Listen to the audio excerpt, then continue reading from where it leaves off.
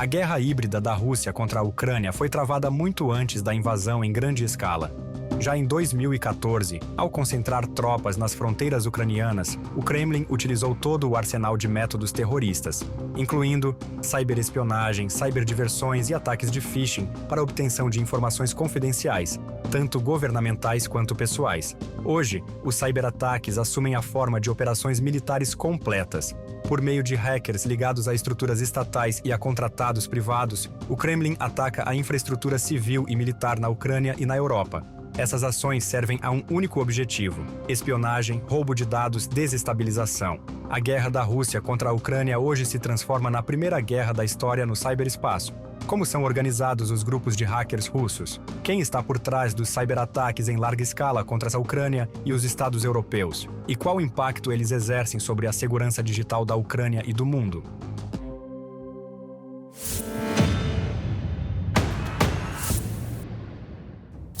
Em maio de 2025, o Serviço Estatal de Comunicações Especiais da Ucrânia, em conjunto com o Centro Analítico ICE Task Force, apresentou um relatório sobre as ameaças e tendências da ciberguerra. O foco do documento é a evolução da tática da agressão russa desde 2022. Segundo os dados do relatório, os serviços secretos russos passaram gradualmente de ataques isolados e locais para operações cibernéticas de grande escala e caráter sistêmico, que se tornaram um elemento de sua estratégia militar. O Kremlin envolve cada vez mais empresas privadas de TI e grupos de hackers em todo o mundo na ciberguerra. Desde fevereiro de 2022, o Serviço de Segurança da Ucrânia registrou mais de 10 mil ciberataques. Os russos não apenas atacam a infraestrutura digital importante da Ucrânia e da Europa, mas também roubam informações secretas dos estados. Isso é feito principalmente pelo Departamento Principal de Inteligência e pelo Serviço Federal de Segurança da Rússia. Ou seja, essas duas organizações vinham recrutando pessoas desde 2005 e até hoje continuam fazendo isso constantemente. Elas procuram indivíduos que possam se conectar. Além disso, gostam muito de usar ativamente o setor privado. Ou seja, se observarmos, na Rússia existem muitas grandes empresas que atuam na área de cibersegurança, inclusive empresas de pesquisa que investigam vulnerabilidades e novos métodos de ataque. A cooperação com esse tipo de empresa também é usada de forma muito ativa. Assim, eles envolvem seus recursos internos e distribuem bastante as tarefas. Um departamento se ocupa da pesquisa. Outro departamento se ocupa de procurar onde e como aplicar isso. Uma das táticas centrais são os chamados ataques DDoS, que bloqueiam o acesso a recursos online importantes, tanto para civis quanto para militares, incluindo os serviços de inteligência. As redes elétricas ficam paralisadas, o funcionamento da infraestrutura e das comunicações civis é comprometido. Os alvos passam a ser instituições financeiras, sistemas bancários e plataformas de pagamento. Os invasores ou roubam recursos ou bloqueiam o acesso a eles. Essa é a nova forma de guerra, as cyberguerras do século XXI. Nós já somos todos cidadãos da Terra. Vivemos no mundo digital. Talvez alguns países em desenvolvimento ainda não estejam totalmente digitalizados. Quanto mais economicamente desenvolvida é uma nação, maior é sua presença digital. E esse ambiente digital é muito difícil de controlar, especialmente pelo quanto ele penetra na mente das pessoas, principalmente durante processos eleitorais. Por exemplo, os países bálticos. Sabemos como suas tecnologias digitais estão muito avançadas.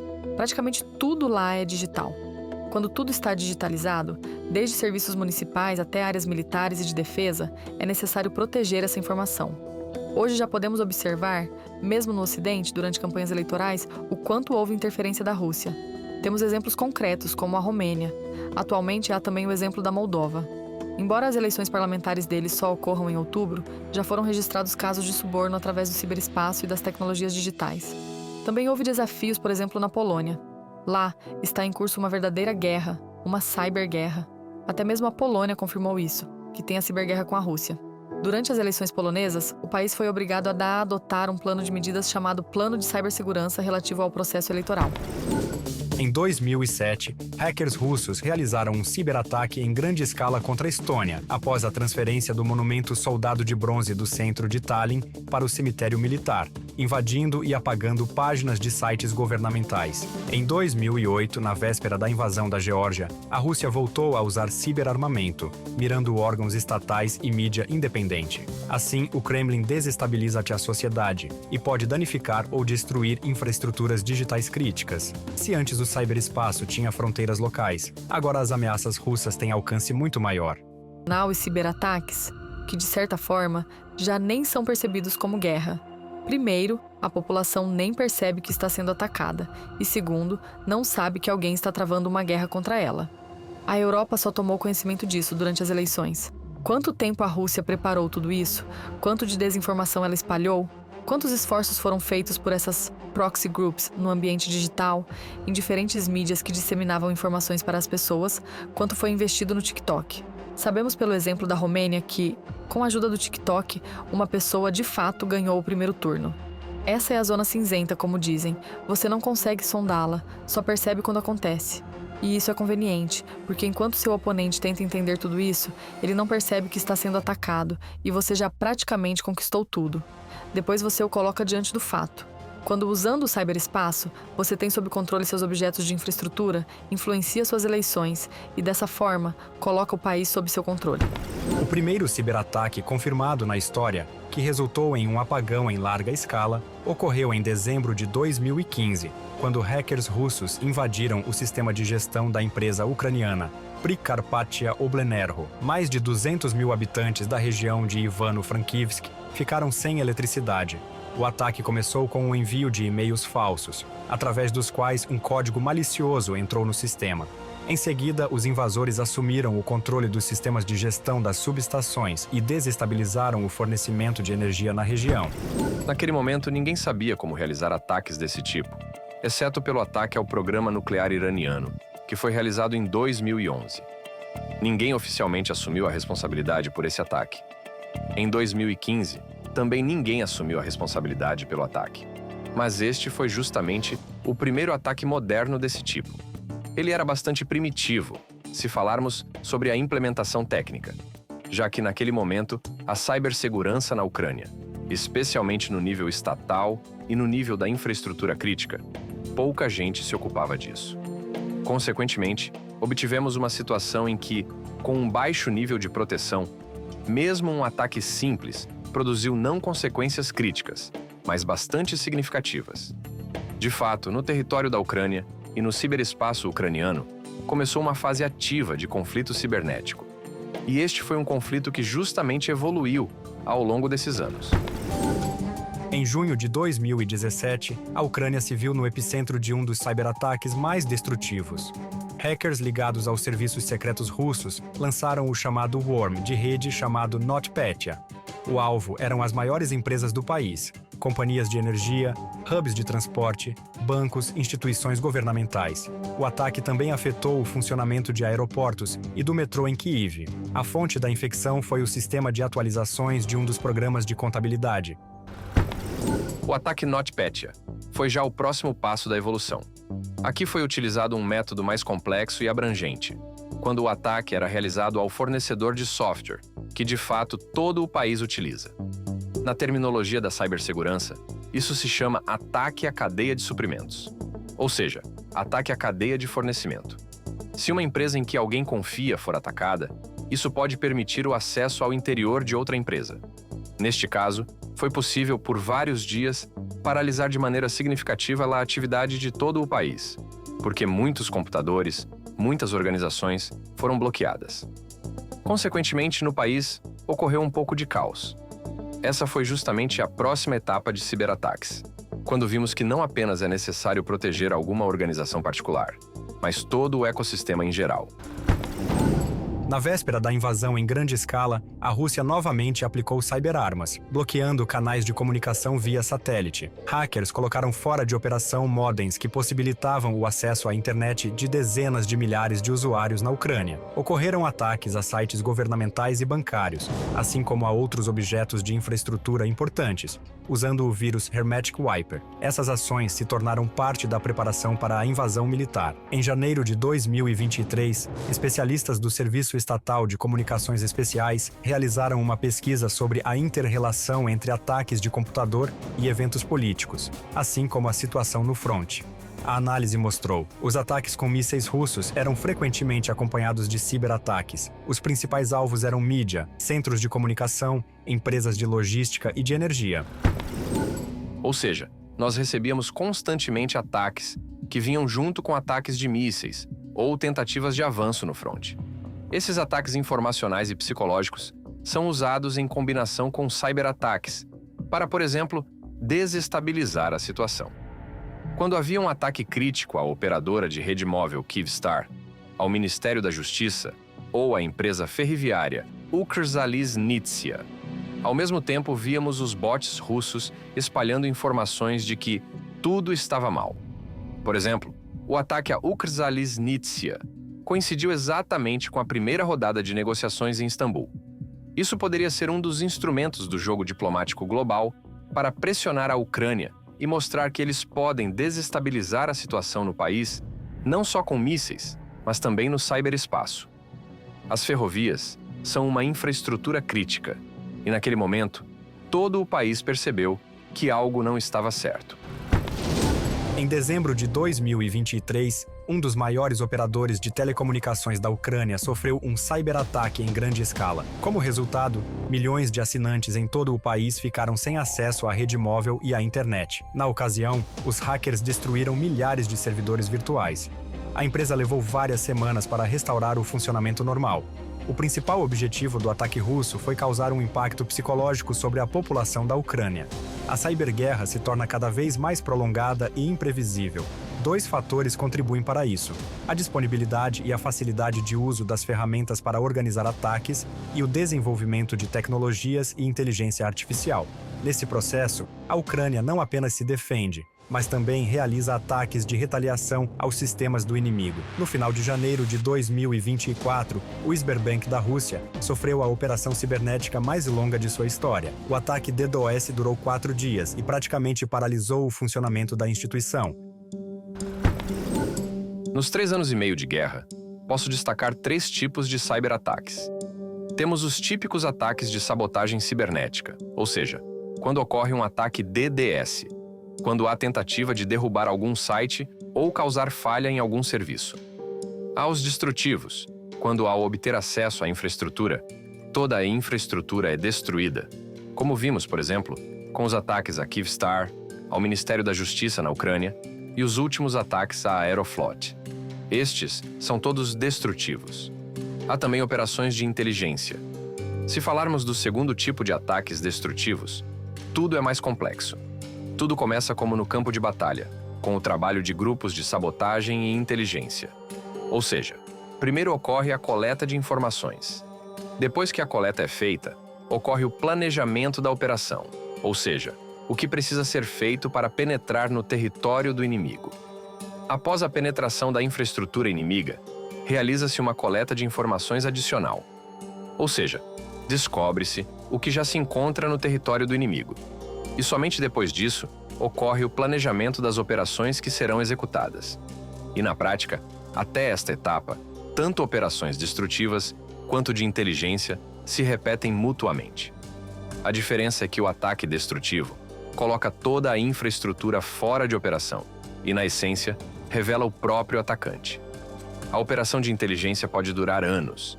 As pessoas podem manter acesso à infraestrutura por anos e, consequentemente, coletar informações de toda essa infraestrutura também por anos. Apesar de alguns ataques russos terem sido bem-sucedidos, o Estado ucraniano continua funcionando e o exército continua lutando. A guerra na Ucrânia demonstrou que a cyberagressão não é apenas um componente acompanhante, mas um elemento importante da doutrina militar russa. E a ameaça no futuro só vai se intensificar, tanto para a Ucrânia quanto para seus parceiros. Operações de nível global também confirmam isso.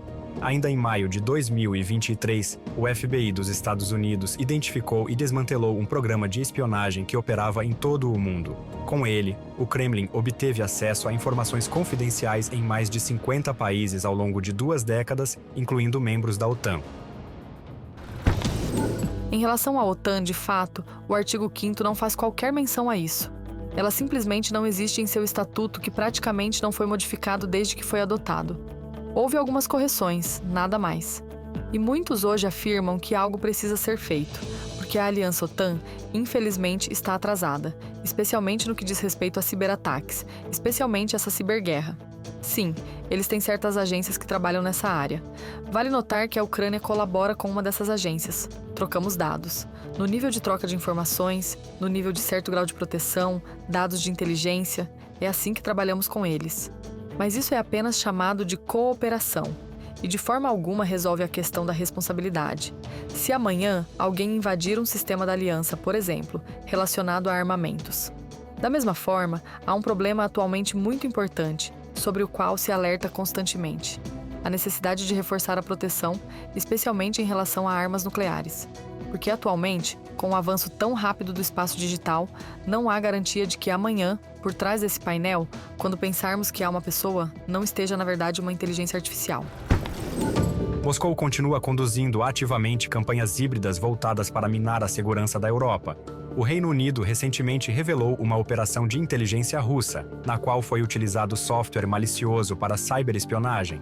Segundo o Centro Nacional de Cibersegurança, os ataques foram realizados pelo grupo de hackers APT28, que atuava sob controle do Departamento Central de Inteligência da Rússia.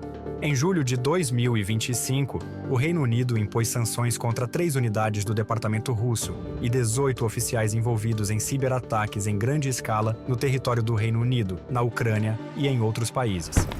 Os espiões do Departamento Central de Inteligência da Rússia conduzem uma campanha para desestabilizar a Europa, minar a soberania e ameaçar a segurança dos cidadãos do Reino Unido. O Kremlin não deve ter dúvidas. Vemos o que eles tentam fazer às ocultas e não vamos tolerar isso. É exatamente por isso que estamos tomando medidas decisivas, impondo sanções contra os espiões russos. Hoje, as sanções se aplicam a 17 pessoas físicas, principalmente oficiais do Departamento Central de Inteligência da Rússia, e a 4 organizações envolvidas em ciberataques. Além disso, em julho, 12 países, juntamente com o Eurojust e a Europol, realizaram operações contra um grupo de hackers que atuava em interesse de Moscou. Segundo a investigação, ele foi responsável por muitos ataques de DDoS a objetos de infraestrutura críticos, incluindo fornecedores de energia e sistemas de transporte público na Europa. A investigação, iniciada em novembro de 2023, terminou com a completa desarticulação do grupo. Durante a operação, 8 suspeitos foram detidos, incluindo líderes que residiam na Rússia. Também foi possível desativar mais de 100 servidores em todo o mundo. Contra 8 dos envolvidos foram emitidos mandados de prisão internacional. No ciberespaço, é muito difícil afirmar que uma pessoa específica está por trás de um cyberataque. De fato, já tivemos casos bem-sucedidos em que nossos serviços identificaram quem exatamente estava por trás de certos ataques. Os Estados Unidos constantemente emitem alertas de busca por oficiais norte-coreanos, oficiais russos e representantes iranianos, especificamente das forças cibernéticas. Mas esse é um processo muito complexo. Para determinar quem está diretamente relacionado a um cyberataque, é necessário consolidar uma grande quantidade de informações. Nossa equipe, um dos departamentos da equipe, realiza justamente esse tipo de inteligência. Ou seja, ela coleta padrões comportamentais e tecnológicos, reúne tudo e faz correlações com ataques anteriores, que já foram vinculados a unidades do Departamento Central de Inteligência, Serviço Federal de Segurança russos e similares. Qual é, por exemplo, a diferença em relação a uma guerra estática comum que travamos? Porque sabemos, no campo de batalha, há guerra. Conhecemos nosso inimigo. Ali não sabemos com quem estamos lutando. Não precisam ser necessariamente russos. Podem ser determinados grupos que estão em países totalmente diferentes. Podem ter cidadania completamente distinta. Como responsabilizá-los? Ninguém entende isso. Esta é a guerra do século XXI. Mesmo se saíssemos da guerra no terreno, a guerra, justamente a ciberguerra, só vai se desenvolver. E não esqueçamos o avanço das tecnologias digitais, o desenvolvimento da inteligência artificial. E se, ao atingir certo nível de desenvolvimento, a inteligência artificial for integrada ao sistema de defesa, à indústria de defesa de cada país, ao Sistema Nacional de Defesa, especialmente nos países que possuem armas nucleares? Qual é a garantia de que amanhã a inteligência artificial não apertará certos botões? Já há alertas de que os países, os seus líderes, precisam reunir-se e decidir. O que faremos com o espaço digital? O que faremos com as ciberguerras? O que faremos com esse espaço informacional? Porque hoje existe essa situação de caos. Hoje, no ciberespaço, não se enfrentam apenas grupos de hackers isolados. A luta ocorre no nível de estados e serviços de inteligência. São eles que estão por trás da realização dos ataques e da organização da defesa digital. O Kremlin mobiliza todos os recursos estatais para unir a ciberguerra à agressão em larga escala no terreno. O cibercrime, elevado ao nível de política de Estado pelo Kremlin, representa um desafio sério tanto para o direito internacional quanto para os sistemas de segurança coletiva. A Ucrânia se encontrou no epicentro dessa agressão híbrida, tanto no fronte físico quanto no digital. Mas a experiência ucraniana mostra claramente: enfrentar efetivamente ameaças cibernéticas em grande escala só é possível graças à estreita cooperação entre Estado, empresas e parceiros internacionais.